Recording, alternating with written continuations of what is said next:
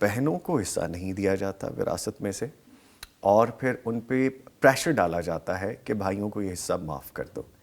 معاف کرنا اپنی ولنگنیس سے، اپنی رضامندی سے، اور ایک طرف پریشرائز کر کے، بلیک میل کر کے، سم ہاؤ آپ سمجھ سکتی ہیں میرا اشارہ کس طرف ہے، کہ سوسائٹی کی طرف سے اور فیملی کی طرف سے جو کہ ہمارا دین اسلام نہیں کہتا، ان پریکٹسز کو شامل کر کے۔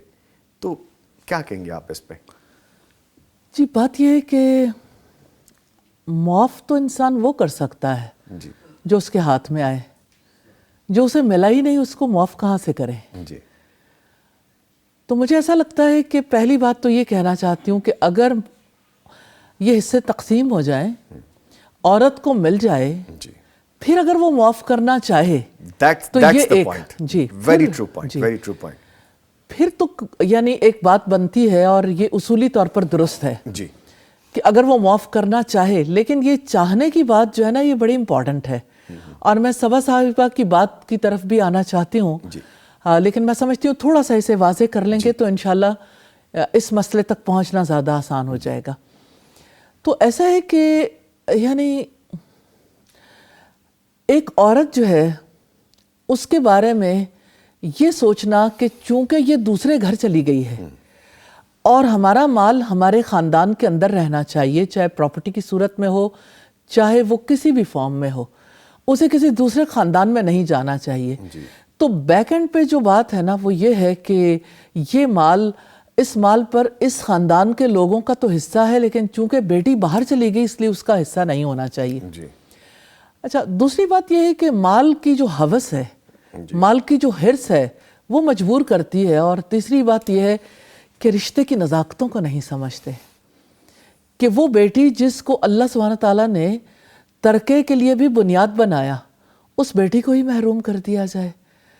تو اللہ سبحانہ تعالیٰ نے جو دین دیا، اس دین سے ناواقفیت کی بنیاد پر، جہالت کی بنیاد پر، ایک تو یہ معاملہ کیا جاتا ہے بہنوں کے ساتھ، بیٹیوں کے ساتھ، دوسرے ہندو دھرم سے متاثر ہونے کی وجہ سے۔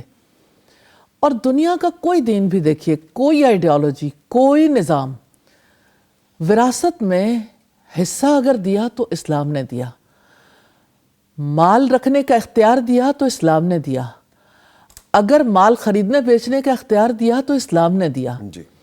اب یہ جو صورتحال ہے بہنوں کے ساتھ ظلم والی، تو یہ بڑی انفارچونیٹ ہے، بہت تکلیف دہ، اور پورا معاشرہ اس کا شکار ہے۔ اور میں یہ سمجھتی ہوں کہ ایک شخص جس کو اللہ سبحانہ تعالیٰ نے 2 حصے دیے، وہ فقیر کیوں بن جاتا ہے؟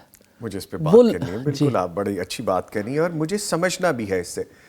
جب میں پڑھ رہا تھا اس بارے میں، اور چونکہ ذمہ داری ہوتی ہے، اور جب آپ جیسی شخصیت ساتھ ہوں تو پھر مستند حوالے ہونا اور دین کے بارے میں پڑھ لینا بہتر ہوتا ہے، ذمہ داریوں میں عائد ہوتا ہے۔ میں پڑھ رہا تھا کہ پہلے تو یہ ہے کہ آپ حصہ دیں، معافی کی بات تو بعد میں ہے، اور اگر وہ بہن فار سم ریزنز پریشرائز ہو کے یا اپنی مرضی سے معاف بھی کر دے، ایون دین بھی وہ جب چاہے وہ اپنا حصہ لے سکتی ہے۔ جی، میں اس کے لیے ایک واقعہ سنانا چاہتی ہوں۔ پلیز۔ حضرت عمر کے دور میں ایسا ہوا کہ ایک خاتون نے اپنے مہر کو اپنے شوہر سے واپس مانگا، تو شوہر نے عدالت میں کہا کہ اس نے مجھے معاف کر دیا تھا۔ تو انہوں نے جواب دیا کہ اگر اس نے معاف کیا ہوتا تو طلب کیوں کرتی؟ تو اگر اس نے مطالبہ کیا تو یہ اس کا رائٹ ہے، تو جب اس کا رائٹ ہے تو وہ طلب کر سکتی ہے۔ تو عورت سے معافی منگوانا، یعنی یہ کہنا کہ میں اپنا حصہ چھوڑ دو ہمارے لیے، یہ بھیک کی طرح ہے۔ جیسے لوگ سڑکوں پہ مانگتے ہیں تو رشتہ دار گھروں میں مانگتے ہیں۔ اور آپ دیکھیں کہ نارملی ایسا ہوتا ہے کہ ایسے خاندانوں میں بیٹیاں نسبتاً کمتر گھروں میں دی جاتی ہیں۔ تو ایک تو ان کے معاشی حالات پہلے ٹھیک نہیں ہوتے، دوسرا یہ کہ انہیں پراپرٹی میں سے حصہ نہیں دیا جاتا۔ تو اس طرح سے ایک بہت ہی زیادہ تکلیف دہ صورتحال پیدا ہو جاتی، ظلم پر ظلم والی بات۔